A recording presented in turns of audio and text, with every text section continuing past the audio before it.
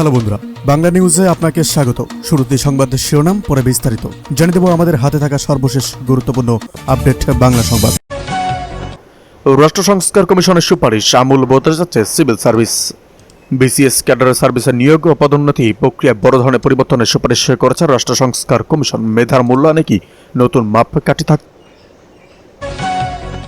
Digital স্বাস্থ্য card চালু, সবার তথ্য কি এক অ্যাপে?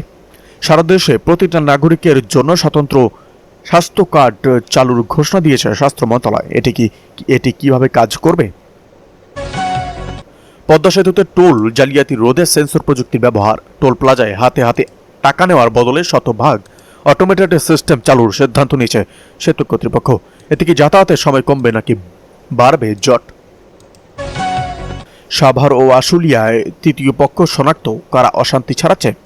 পোশাক খাতের অস্থিরতা নেপথ্যে থাকা ব্যক্তিদের একটি তালিকা তৈরি করেছে গোয়েন্দা সংস্থা। রাজনৈতিক কোনো যোগসূত্র কি পাওয়া গেছে? ভোর রাতে বিশ্ববিদ্যালয়ে লাইব্রেরিতে লাগা আগুনে পুড়ে গেছে গুরুত্বপূর্ণ কিছু নথি। রাজনৈতিক অস্থিরতার মাঝে এই অগ্নিকাণ্ড কি কোনো গভীর ষড়যন্ত্রের অংশ? সীমান্তে টানেলের নির্মাণের খবর নিয়ে বিজিবির ভাষ্য কি? পার্বত্য সীমান্ত এলাকায় প্রতিবেশী দেশের অভ্যন্তরে টানেল নির্মাণের খবর নিয়ে জনমনে আতঙ্ক ছড়িয়েছে। বিজিবি সদর দপ্তর থেকে আজ এ বিষয়ে স্পষ্ট বক্তব্য আসতে পারে। সাবেক সেনাপ্রধানের বিদেশের সম্পদ দুবাই বিলাসবহুল ভিলার মালিককে? মধ্যপ্রাচ্যের একটি দেশের সাবেক এক সামরিক কর্মকর্তা নামে বিপুল পরিমাণ স্থাবর সম্পত্তির তথ্য ফাঁস হয়েছে। সরকার কি তাকে ফিরিয়ে এনে বিচারের মুখোমুখি করবে? এদিকে জ্বালানি সংকট মোকাবেলায় বিয়ে ও সামাজিক অনুষ্ঠানে আলোকসজ্জা নিষিদ্ধ। মধ্যপ্রাচ্যে চলমান যুদ্ধের প্রভাবে দেশে সৃষ্ট তীব্র জ্বালানি সংকট মোকাবেলা এবং বিদ্যুৎ সাশ্রয়ের লক্ষ্যে কঠোর বিধিনিষেধ জারি করেছে সরকার। এখন থেকে বিয়ে সহ যে কোনো ধরনের সামাজিক অনুষ্ঠানে আলোকসজ্জার ওপর পূর্ণ নিষেধাজ্ঞা আরোপ করা হয়েছে। একই সঙ্গে বিদ্যুৎ ব্যবহারের চাপ কমাতে সরকারি ও বেসরকারি অফিসের কর্মঘণ্টা কমিয়ে নতুন সময়সূচি নির্ধারণ করা হয়েছে।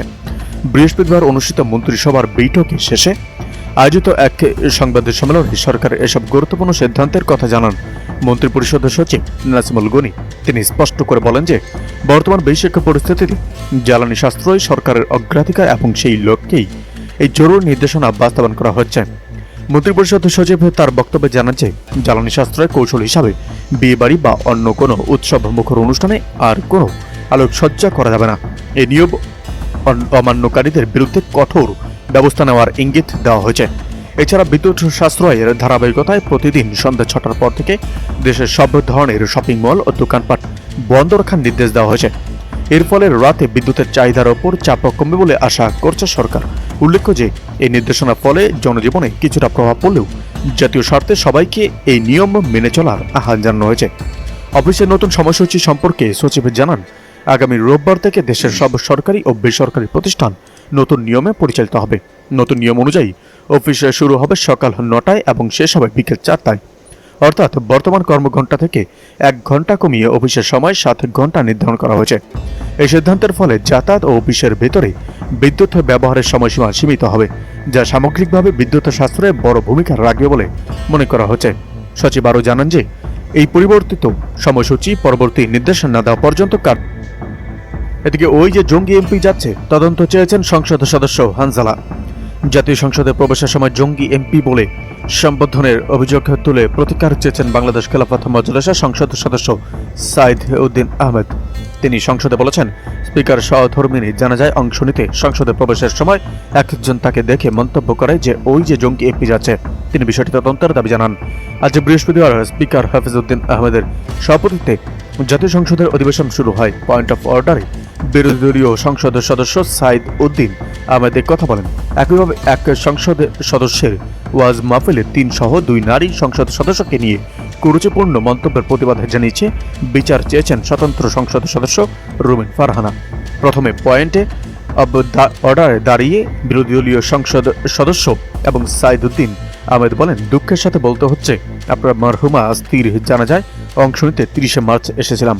দক্ষিণ প্লাজা থেকে আমি যখন ভেতরে ঢুকবো, পেছন থেকে কেউ একজন সম্বোধন করেছিল ওই যে জঙ্গি এমপি যাচ্ছে।